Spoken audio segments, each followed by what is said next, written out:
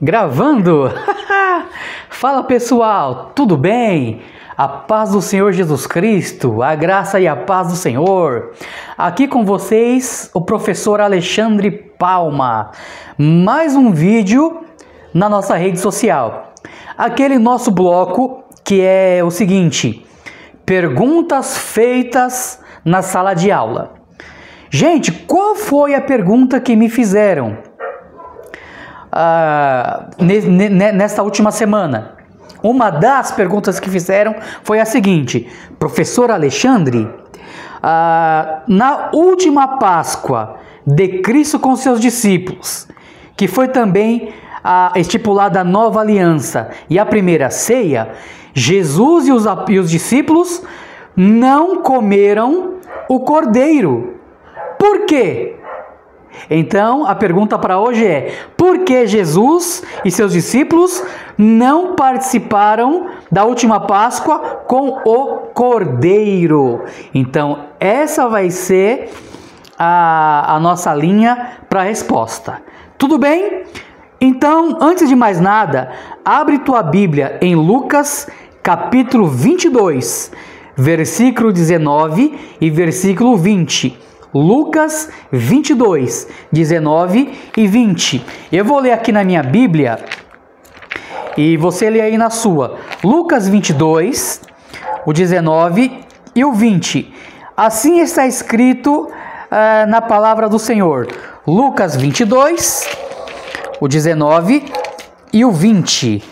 Lucas 22, 19 e 20. Olha só. Tomando o pão, deu graças, partiu-o e deu aos discípulos, dizendo: isto é o meu corpo, dado em favor de vós. Fazei isto em memória de mim. Da mesma forma, depois de ceiar, tomou o cálice, dizendo: este cálice é a nova aliança no meu sangue, derramado no favor de vós. Pessoal, temos Mateus capítulo 26, Marcos 13, 1 Coríntios 11 e Atos capítulo 20 e versículo 7, como exemplos dessa passagem bíblica e da ceia do Senhor e etc. Todos nós sabemos que a Santa Ceia, ela é um memorial. Quando diz lá, fazer isto em memória de mim, a palavra grega para memória significa você pegar um acontecimento do passado, trazer para agora e viver esse momento agora como se você estivesse lá no passado. Isso que significa em memória de mim. É participar então da ceia de uma forma digna, como se estivesse ceando com o próprio Cristo, lá com ele, naquela ceia, ele e seus discípulos. Sabemos que a ceia, ela é um memorial, trazendo a lembrança do sacrifício de Cristo na cruz, substitutivo para nos salvar, para nos regenerar, para nos dar lugar ao céu, para apaziguar a ira de Deus contra a humanidade, e também uma profecia até que ele venha. Então, na Santa Ceia nós estamos dizendo: estamos participando em memória do que Cristo fez por nós. E ao mesmo tempo estamos profetizando: um dia ele virá para buscar a sua igreja. Então essa é a ideia da ceia.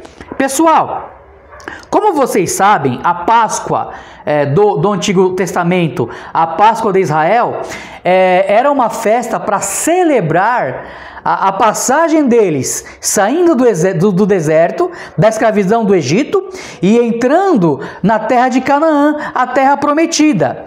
Então eles deveriam participar como? Tinha que ter um cordeiro assado para tipificar o Messias que haveria de vir, o próprio Jesus Cristo. Tinha que ter ervas amargas para eles não se esquecerem do sofrimento que tiveram lá no Egito.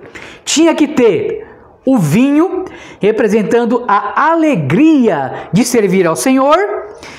E tinha que ter também o pão asmo, o pão sem fermento, representando a palavra de Deus que é pura e que é eficaz. Então a Páscoa, ela foi celebrada desde aquele momento, está lá em Números, e depois estipulada na lei de Moisés, como um memorial da saída, da libertação do Egito. E isso passou para todos, e o próprio Cristo, que cumpriu toda a lei, ele, para que nós não precisássemos cumprir, porque estamos em Cristo, que acontece? Ele não veio abolir, mas ele veio cumprir a lei por nós, porque se alguém deixar de fazer qualquer um dos itens da lei, que são mais de 300 mandamentos, todo o resto é jogado fora. Em Cristo que cumpriu tudo, nós estamos em Cristo, não precisamos então dessa questão. Um dia nós vamos fazer aqui uma videochamada sobre a questão quais os preceitos das leis de Moisés que a igreja precisa cumprir. Tem algum ou não tem nenhum? Que a lei de Moisés tem lei cerimonial, lei moral e a lei civil para a nação. Nós vamos aprender se precisa de cumprir alguma delas ou nenhuma delas, mas isso é para um outro vídeo. Voltando aqui, pessoal, então esse era o sentido da Páscoa. Só que na última Páscoa, que seria a primeira ceia, a gente vai ver que Jesus ele e os discípulos não têm o cordeiro. Por quê? Tem lá o pão, tem lá o bocado que ele molha o pão e coloca na boca de Judas Iscariotes, que ali era uma tradição, tá? O que acontece? Um convidado especial do anfitrião, o anfitrião molhava um bocado do pão num misturado ali de frutas e colocava na boca do convidado, dizendo para esse convidado que ele era muito especial. Foi isso que Jesus fez com aquele que o haveria de o trair. Olha que profundo, hein? Mas voltando para cá, por que Jesus e os discípulos só tiveram o pão, tiveram o vinho, mas não tiveram o cordeiro? Por quê? Pelo menos não está na Bíblia que tiveram. Essa foi a pergunta. Sabe por quê, pessoal? O vinho representa a alegria de servir o Senhor. O pão asmo representa a palavra de Deus sem mistura e o próprio Cristo. E o cordeiro, lembra que o cordeiro simboliza o próprio Messias que haveria de vir? O Messias é Cristo. O próprio cordeiro de Deus que tira o pecado do mundo estava ali com eles. Então não havia necessidade de trazer um símbolo para simbolizar o simbolizado. O símbolo é o cordeiro, o simbolizado é Cristo. Ou então o próprio cordeiro estava ali. Cristo, que daria sua vida em favor de muitos. Então, não precisava de um cordeiro propriamente dito. Tudo bem, pessoal? Só para te recapitular, lá em Mateus 26, parafraseando ali a questão do Êxodo 12, porque Êxodo 12, ele vai registrar as mortes de todos os primogênitos de sexo masculino. Eu estou entrando na história, o que aconteceu imediatamente antes de que eles participassem ali da primeira Páscoa. Então o anjo da morte passou lá no Egito e matou todos os primogênitos, os filhos mais velhos de sexo masculino. Só não matou os filhos dos israelitas, porque Deus deu uma ordem para que o anjo não matasse aqueles dos quais nos umbrais da porta tivesse o sangue do cordeiro, ou seja, uma tipologia do próprio Cristo, o sangue de Cristo que tira o pecado de todo mundo. Então, quando o anjo vingador ele via o sangue do cordeiro nas umbrais da porta, ele não matava as crianças.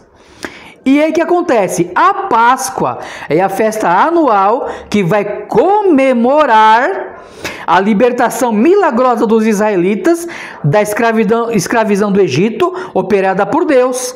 Então, pessoal, todos os anos, milhares de judeus no século I faziam peregrinação a Jerusalém para celebrar esse dia santo, que era o dia 14 do primeiro mês, ou mês de Nisan, ou também conhecido para nós entre abril e maio, ou março e abril. Os comentaristas divergem sobre isso, mas vamos colocar abril aqui, tá? Para definir uma data. Então, a comemoração da Páscoa envolvia o cordeiro, em nome de cada família presente. Aí tinha também o pão asmo, as ervas amargas e o vinho, como eu já expliquei para vocês aqui. Aí, pessoal, no dia seguinte dessa comemoração, era o primeiro dos 7 dias das festas dos pães asmos. E durante 8 dias dessas duas festas, ninguém podia comer pão com fermento. Olha só, hein? Por quê? Para lembrar a necessidade de estar pronto para deixar o Egito às pressas no tempo lá do Êxodo. E aí, pessoal, isso passou essa parte histórica passou a virar um memorial que foi comemorado até mesmo por Cristo. E aí, quando a família pegava aquele cordeiro, eles tinham que levar até o templo. Aí o sacerdote, ele fazia lá a cerimônia de purificação. Esse cordeiro voltava para o pai de família e em casa eles assavam e comiam esse cordeiro.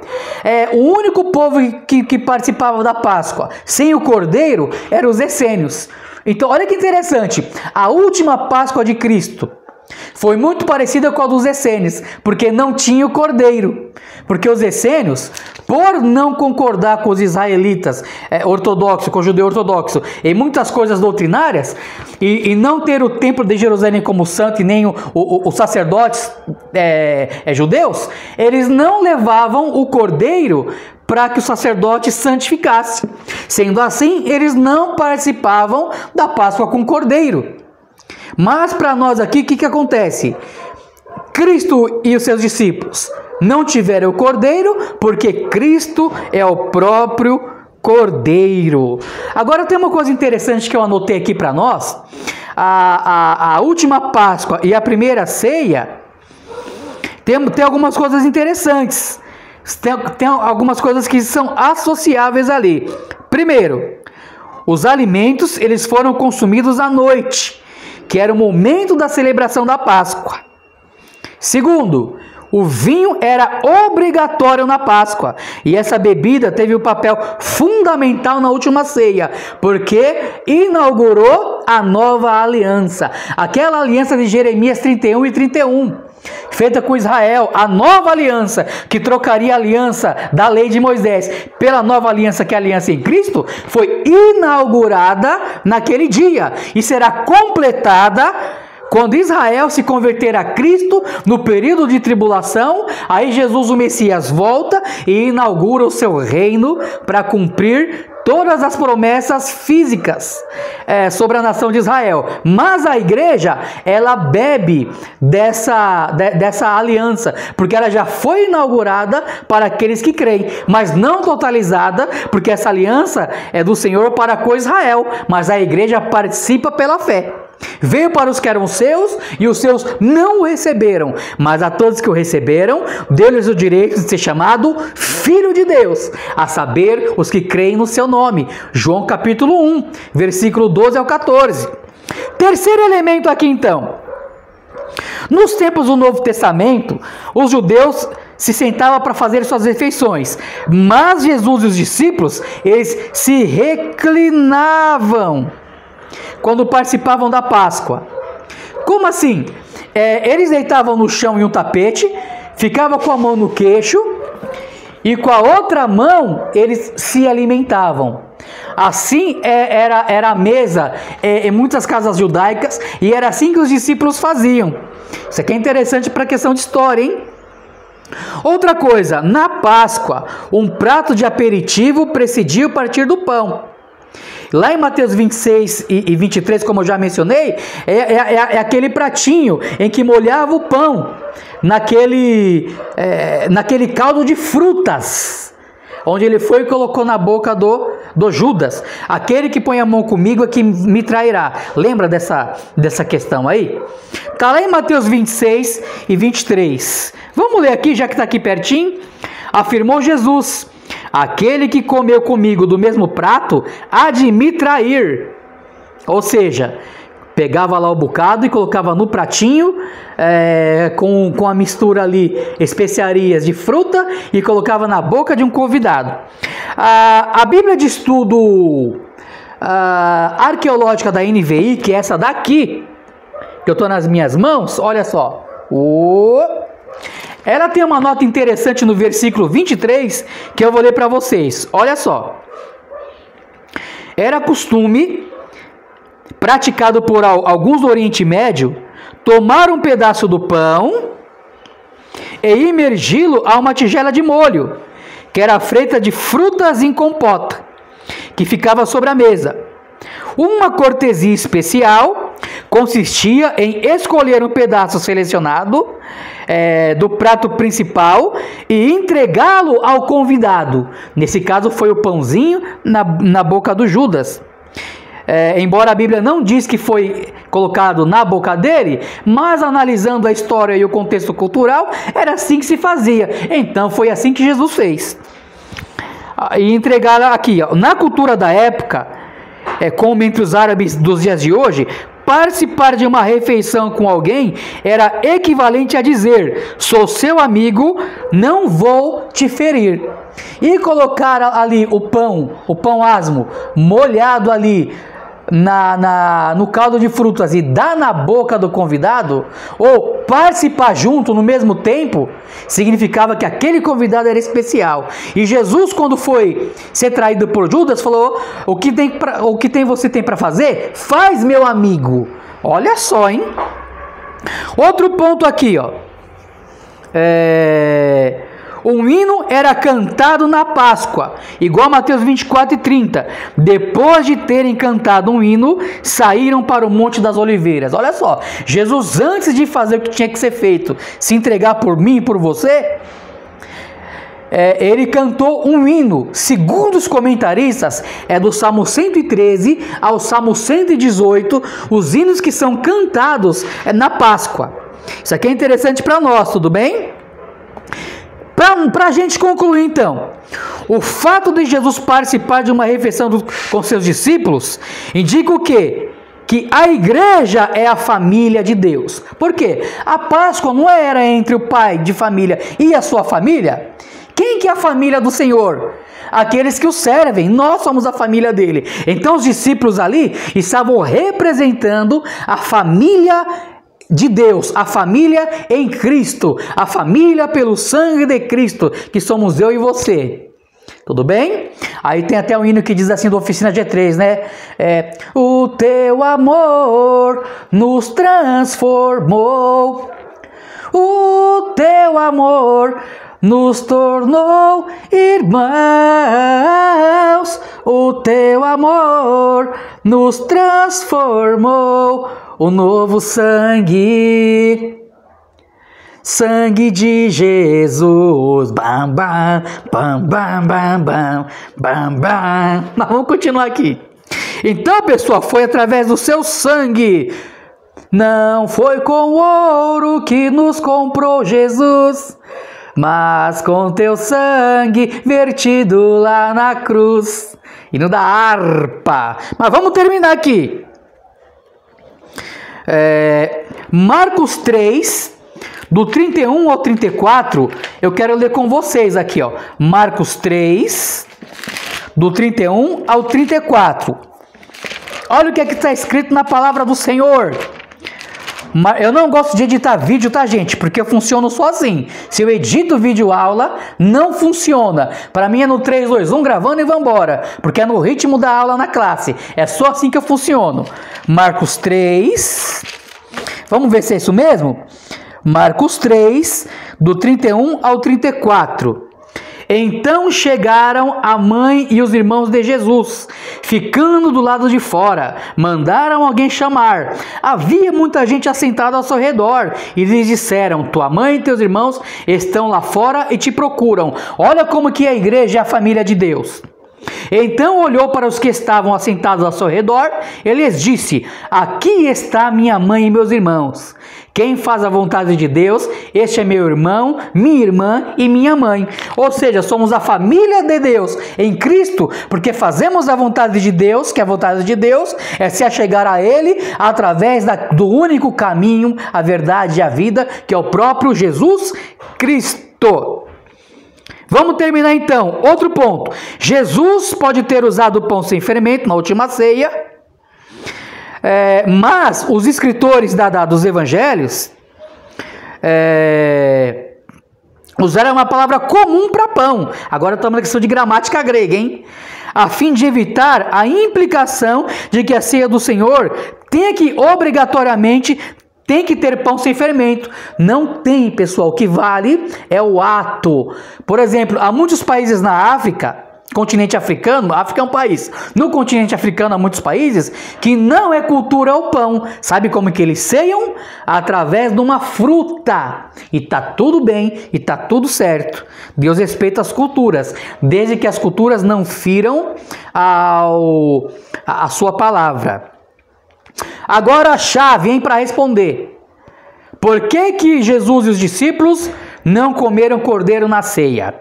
A ausência da menção do cordeiro, ela é significativa. Jesus estava se apresentando como cordeiro do sacrifício da nova aliança, do Novo Testamento no seu sangue.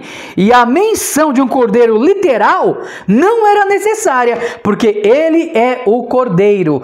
No assim, terminamos mais uma aula. Espero que você tenha gostado. Deixa a tua pergunta, deixa a tua dúvida aí no escrito aí embaixo. E assim que possível responderemos. Se você quiser ser nosso aluno, você deixa seu telefone, entramos em contato, mandamos um material para você. Eu não estou com nenhum aqui para me te mostrar, mas mandamos um material para sua casa, curso reconhecido pelas convenções para consagração de obreiros, curso interdenominacional, teologia de verdade, teologia com Bíblia.